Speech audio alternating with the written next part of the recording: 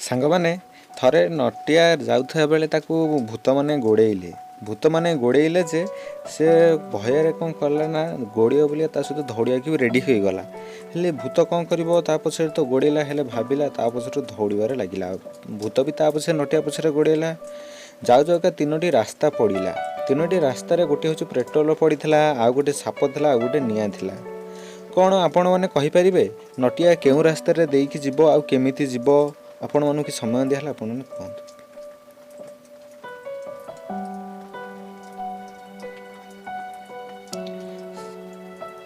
ସାଙ୍ଗମାନେ ପ୍ରଥମେ ସେ ପେଟ୍ରୋଲରେ ଯିବ। ପେଟ୍ରୋଲରେ ଗଲା ପରେ ପେଟ୍ରୋଲଟାକୁ ଜଳେଇ ଦେଲା ପରେ ସେଇଠି ଭୂତମାନେ ଛିଡ଼ା ହେଇଛି। ତାପରେ ଆରାମସେ ସେ ନଟିଆ ପଳେଇବ।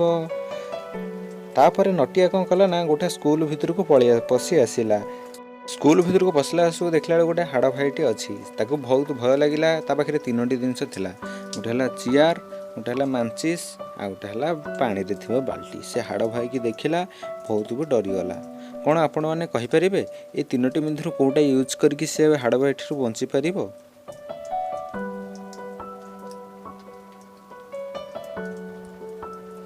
ଆପଣଙ୍କ ସାମ୍ନାରେ ଅଛି ଚେୟାର, ଡିଆସିଲି କାଠି ଆଉ ପାଣି। କେଉଁଠାରୁ ଚାଲନ୍ତୁ ଦେଖିବା ଆର ଆନ୍ସର ହେଉଛି ଚିୟାରରେ ଆପଣମାନଙ୍କୁ ସେ ବାଡ଼େଇକି ସେ ହାଡ଼ ଭାଇକି ମାରିଦେବ। କାରଣ ଡିଆସିଲି ବି କିଛି ଜଳିବନି କି ପାଣିରେ ବି ସେ ମରିବନି।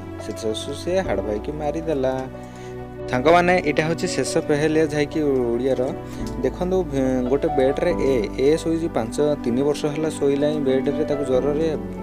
ତାପରେ ବି ବେଡ଼୍ରେ ଯିଏ ଶୋଇଛି ସେ ହେଉଛି 5 ବର୍ଷ ହେଲା ଶୋଇଲାଣି। ତାପରେ ସିଟା ସେ ହେଉଛି କରୋନା ରୋଗୀ ଯାଇକି ଏବେ ନୂଆ ଆଡ଼ମିସନ୍ ହେଇଛି। ତୁମେ କ'ଣ କହିପାରିବ ଏ ଛୋଟ ପିଲାଟାର ମା କିଏ ଆଉ ବୋଉ କିଏ କହିପାରିବ? ସାଙ୍ଗମାନେ ଆପଣ ଏମାନଙ୍କ ମଧ୍ୟରୁ କହିପାରିବ ଏ ପିଲାଟିର ମା କିଏ? ଆପଣ ବି ସମୟ ଦିଆହେଲେ ଆପଣ ଭାବିକି କମେଣ୍ଟରେ ଲେଖନ୍ତୁ।